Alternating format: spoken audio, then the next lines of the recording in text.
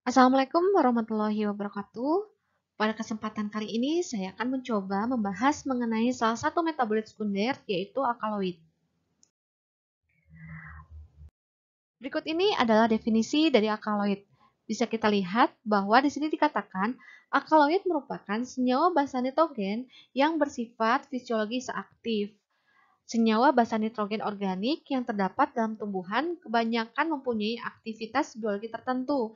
Contohnya adalah sebagai obat. Umumnya, alkaloid ini mengandung satu atom N, yaitu ergometrin dan fisostigmin, sedangkan untuk kafein, ia memiliki lebih dari satu atom N. Keberadaan alkaloida ini tersebar luas, yaitu di tanaman tinggi, tanaman rendah, organisme laut, binatang, bahkan di mikroorganisme.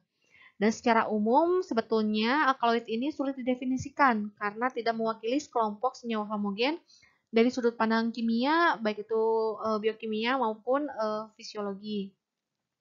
Nah, di mana di sini alkaloid ini ia memiliki satu atau lebih atom N, biasanya ia di dalam cincin heterosiklik dan memiliki aktivitas fisiologis terhadap manusia dan hewan. Jadi memang alkaloid ini dia sangat memiliki banyak sekali sifat senyawa ya. Jadi alkaloid ini suatu senyawa yang dia memiliki aktivitas banyak terdapat di tumbuhan yang dapat memiliki aktivitas terhadap tumbuhan iya, kemudian di hewan dan kemudian di manusia. Mengapa demikian?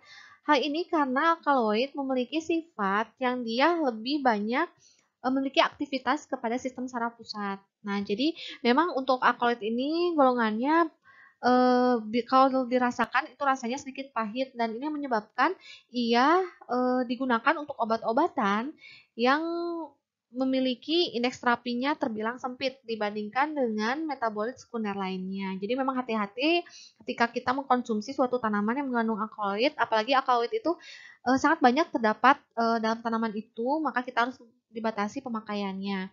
Jadi kita perlu melihat bagaimana kandungan dan berapa banyak kandungan yang terdapat dalam tumbuhan tersebut ya, terlebih untuk alkaloidnya. Dan banyak sekali obat-obatan yang disintesis dari tanaman yang mengandung alkaloid. Ya. Kemudian ini adalah sifatnya dari alkaloid. Kita lihat dari bentuk, warna, rasa, kelarutan, dan kebasaan. Lihat kita awalnya dari bentuk ya. Di sini dikatakan bahwa bentuknya itu kebanyakan berbentuk kristal, namun sebagian lagi berbentuk amorf. Dan ada pun alkaloid yang berbentuk cair, contohnya adalah konein, nikotin, dan spartain. Kebanyakan alkaloid ini tidak berwarna, namun ada yang berwarna yaitu kuning, contohnya adalah berberin, dan berwarna merah, contohnya adalah betanin.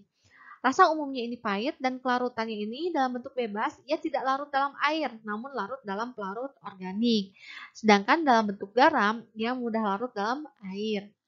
Umumnya ia bersifat basa, karena kebasahan ini tergantung pada gugus fungsi yang dekat dengan atom N. Di mana jika ada gugus penarik elektron, maka ini kebasahan ini akan menurun. Sedangkan jika ada gugus pendorong elektron, maka dia akan lebih basa ya, kebasahannya itu akan meningkat. Yang mudah dioksidasi menjadi N-glikosida dan dapat membentuk garam untuk mencegah terjadinya dekomposisi. Selanjutnya ini dikatakan bahwa dalam tumbuhan alkaloid di dalam bentuk bebas, garam, atau dalam bentuk N-oksida. Sebagian besar merupakan kristal yang halus dan bereaksi dengan asam membentuk garam, yaitu lainnya dia berbentuknya amorf.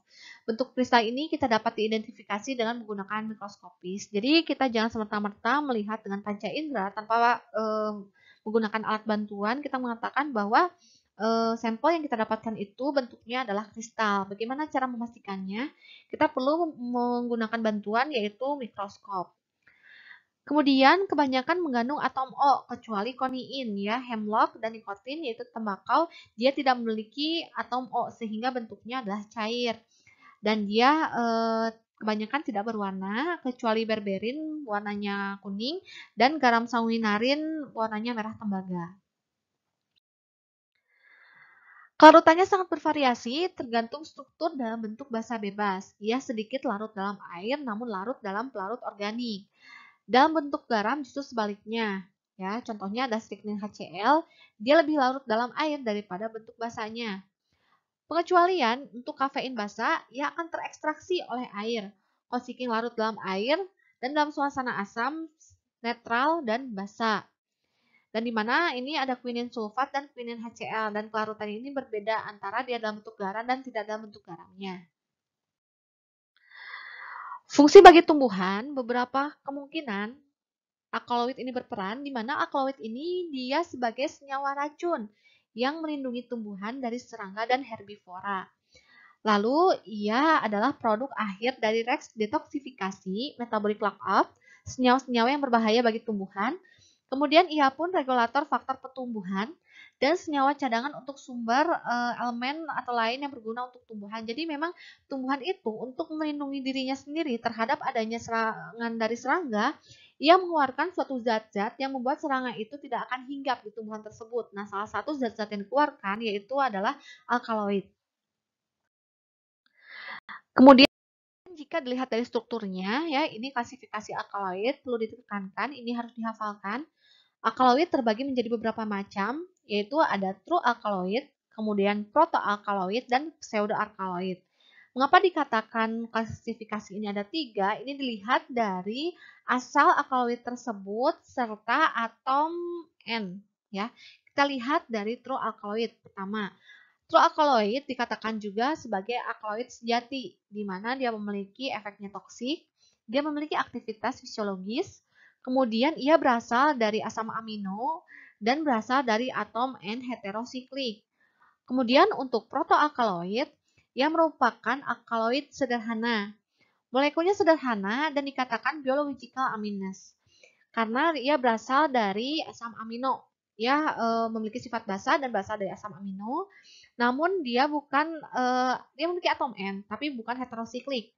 Contohnya apa? Yaitu histamin, epinefrin, dopamin, serotonin. Ya, ini ada juga meskalin ya, contohnya kaktus. Lalu yang ketiga ada pseudoalkaloid, dikatakan juga ini adalah alkaloid semu. Ia basa dan berasal bukan dari asam amino. Ada 2 kelas, ada alkaloid steroid ya, yang pertama, kemudian contohnya adalah kofein dan konesin. Ya, ini perlu ditekankan ya, perlu diketahui apa perbedaan dari ketiga klasifikasi tersebut. Kemudian ini dilihat dari strukturnya ya. Pertama yang akan kita bahas adalah true alkaloid. Tipenya ini adalah tipe distruktur. Pirol, piridin, ini ya tipe-tipenya. Pirolidin, kemudian tropan, quinolin, dan isoquinolin. Contohnya untuk alkaloid itu sendiri ini ada di tabel yang paling kanan ya. Jadi contohnya untuk tipe yang pirol, untuk true alkaloid itu contohnya adalah higrin dan coca spesies dari coca. Kemudian untuk struktur piridin dan piperidin, contohnya adalah rekolin, anabasin. Nah, jadi di sini bisa Anda lihat, Anda pelajari apa contoh-contoh dari alkaloid yang termasuk dalam true alkaloid berdasarkan tipe dari strukturnya. Kemudian ini ada protoalkaloid. Ini strukturnya adalah alkilamin, ya. Contohnya adalah epedrin dan pseudoepedrin. Sedangkan untuk pseudoalkaloid, ya, untuk strukturnya itu purin, steroid, dan diterpen. Contohnya adalah kafein, lalu di sini ada juga solanidin dan akonitin. Jadi ini perlu dipelajari untuk masing-masing contoh dari klasifikasi alkaloid. Untuk pengulangannya ini juga ada ya alkaloid, ada ornitin, kemudian lisin, penilalanin, triptopan, dan miscellaneous alkaloid. Ini berdasarkan kalau kita lihat nama-namanya sama dengan nama-nama dari asam amino ya. Jadi memang alkaloid ini ada beberapa tadi dari klasifikasi yang berasal dari murni asam amino. Ini contohnya ya alkaloid piper nigrum, lada ya. Di sini bisa kita lihat.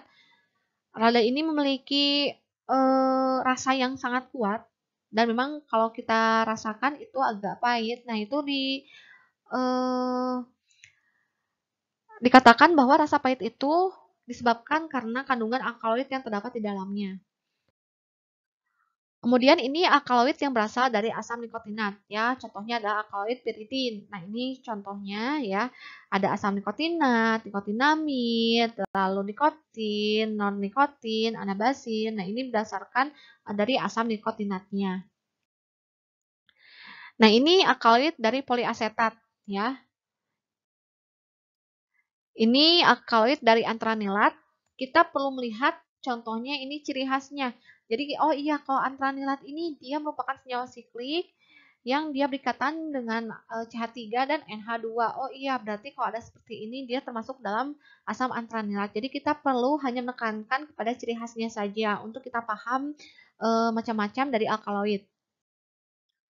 Nah, ini ya contoh lainnya dari alkaloid ya, dari asam antranilat, quinazolin, kemudian quinolin dan akridin. Nah, ini ketika kita paham dari struktur awalnya, jika terdapat pertanyaan mengenai struktur apakah ini termasuk dalam golongan mana, ini kita bisa lihat dari struktur awalnya. Ya. Jadi yang perlu Anda pahami yaitu struktur awal dari alkaloid itu sendiri. Kemudian ini alkaloid dari fenilalanin dan tirosin ya. Ini ciri khasnya feniletilamin dan ini yang harus perlu diingat ya. Nah, ini alkaloidnya yang berasal dari tirosin ya.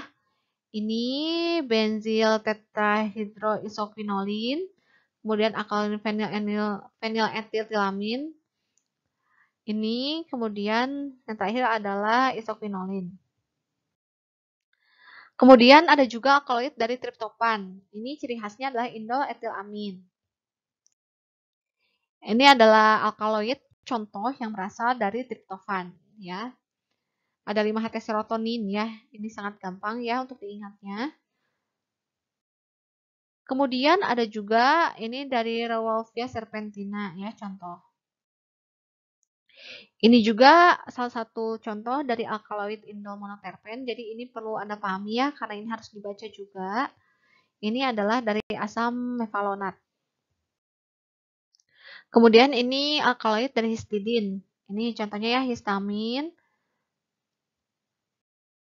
Kemudian cara identifikasi untuk alkaloid. Nah, ini ada beberapa cara untuk identifikasi alkaloid. Yang pertama adalah dengan menggunakan reaksi pengendapan, kemudian reaksi warna, reaksi pembentukan kristal, KLT, spektrum UV, dan spektrum IR.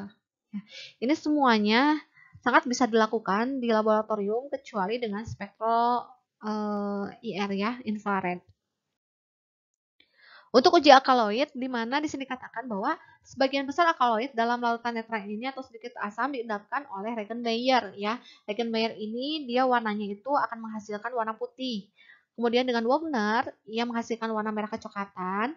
Ia juga dengan larutan asam tanik juga bisa menghasilkan endapan. Kemudian Hex berwarna kuning, Dagendorf dia merah kecoklatan. Nah, biasanya alkaloid ini ia menyebabkan negatif false atau positif false. Jadi baiknya untuk uji alkaloid ini ia menggunakan 3 regen dan biasanya yang digunakan di laboratorium itu kita bisa menggunakan Mayer, kemudian ada Dagendorf ya 2 sampai 3. Yang lainnya kita bisa menggunakan Wagner atau Hex. Ini regen-regen di atas juga dapat mengendapkan protein dalam proses ekstraksi dan penguapan. Beberapa protein tidak terekstraksi, lainnya terdenaturasi pada proses penguapan atau penyaringan. Jika ekstrak dipekatkan hingga volumenya berkurang dan alkaloid diekstraksi dengan pelarut organik suasana baca dan disuci dengan asam encer, contohnya adalah asam tatat, maka larutan terakhir ini akan bebas protein dan siap dilakukan uji alkaloid. Jadi untuk menghindari adanya hasil yang seharusnya negatif menjadi positif karena adanya protein, maaf ya dalam tanaman tersebut, memang lebih baik kita menghilangkan dulu protein yang ada di tanaman tersebut untuk menghindari adanya positive false. Positive false itu adalah kesalahan yang menyebabkan reagen kita itu menunjukkan reaksi positif, padahal itu adalah negatif. Jadi dikatakan itu adalah positive false, ya, positif palsu. Kalau negatif yang harusnya positif, tapi ternyata negatif, itu namanya negative false, ya. Kemudian ini, ya, ini adalah dengan kalium tetraiodomerkurat, ia akan menghasilkan endapan juga.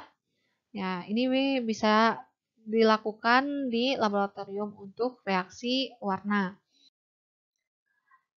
Ini juga untuk uji alkaloid dapat menggunakan tes Murekside, di mana ia ditambahkan potasium kloret plus 1 tetes HCl diuapkan hingga kering. Kemudian residu dialiri dengan uap amonia yang menghasilkan warna ungu. Reaksi juga berlaku untuk turunan basa purin lainnya. Contohnya adalah teopilin dan teobromin. Kosikin ditambahkan dengan asam mineral akan menghasilkan warna kuning. Dan alkaloid indol jika ditambahkan H2SO4 maka akan berwarna ungu kebiruan sampai merah. Deteksi dan karakterisasi dari alkaloid ini kita lihat ya, ini adalah reagennya, ini kandungan, dan ini hasil. Nah, ini adalah rangkuman dari reaksi pengendapan jika dalam tumbuhan tersebut terdapat alkaloid. Jadi ini bisa dipahami nanti dan bisa dilakukan di laboratorium. Jika pada kuliah farmakognosi ini belum bisa melakukan reaksi tersebut, nanti kita akan lakukan reaksi ini ketika kita masuk pada mata kuliah fitokimia. Nah, ini reaksi warna ya. Contohnya ini alkaloida, ini Frohde, Mandelin, dan Marquis. Ini adalah reaksinya dan ini adalah warna yang dihasilkan dari reaksi itu sendiri. Contohnya, alkaloid morfin ia akan berwarna violet sampai ungu jika ditambahkan reaksi Frohde dan akan berwarna biru sampai coklat jika ditambahkan Mandelin dan jika ditambahkan Marquis ia akan berwarna violet. Dan seperti itu seterusnya. Setiap alkaloid ini biasanya menimbulkan atau ya menghasilkan warna yang berbeda dengan alkaloid yang lainnya. Kenapa? Karena gugus yang berada dalam alkaloid tersebut berbeda satu sama lain. Yang menyamakan hanyalah gugus awalnya saja. Nah, ini adalah alkaloid di pengobatan modern ya. Contohnya adalah kafein, quinin ya. Kafein ini kita tahu ya banyak terdapat di kopi. Ia dapat menyebabkan stimulasi sistem saraf. Kemudian quinin ya untuk anti malaria dan sanguinarin ya sebagai antibakterial. Yang kedua adalah pemisahan dan identifikasi dari alkaloid, di mana yang pertama kita perlu adanya deteksi pendahuluan ya. Tadi ya sebetulnya ini sudah dengan reaksi ya. Reaksinya dapat menggunakan Mayer, Dagendorf, atau Buchardat. Prinsipnya adalah alkaloid akan memberikan endapan dengan garam-garam logam berat tertentu berdasarkan pembentukan senyawa kompleks yang tidak larut sehingga dia akan menimbulkan endapan ketika ditambahkan oleh reaksi. Lalu yang kedua ini dengan kromatografi, di mana alkaloid ini tidak dapat dideteksi hanya dengan kromatografi tunggal. Namun kenapa? Karena memang secara kimia ini alkaloid sangat beragam ya. Jadi memang kromatografinya harus yang kromatografi yang lebih canggih. Di mana alkaloid ini dapat dideteksi dengan penapak bercak. Contohnya adalah Dagendorf. Biasanya dia berwarnanya kemerah-merahan untuk penapak bercak Dagendorf. Kemudian ini ekstraksinya dapat dilakukan dengan maserasi ataupun perkolasi, ini perkolasi ya, ataupun dengan ekstraksi menggunakan alat Sohler. Parutnya adalah metanol, ya kita juga bisa menggunakan etanol, dan tekniknya adalah ekstraksi gradien pH dan gradien polaritas. Ini bisa menggunakan kromatografi kolom ya untuk ekstraksinya. Mungkin cukup sekian untuk alkaloid. Nanti untuk lebih jelasnya kita akan bertemu alkaloid dalam identifikasi di mata kuliah fitokimia. Semoga ilmu yang saya berikan dapat bermanfaat untuk kita semuanya. Terima kasih. Wassalamualaikum warahmatullahi wabarakatuh.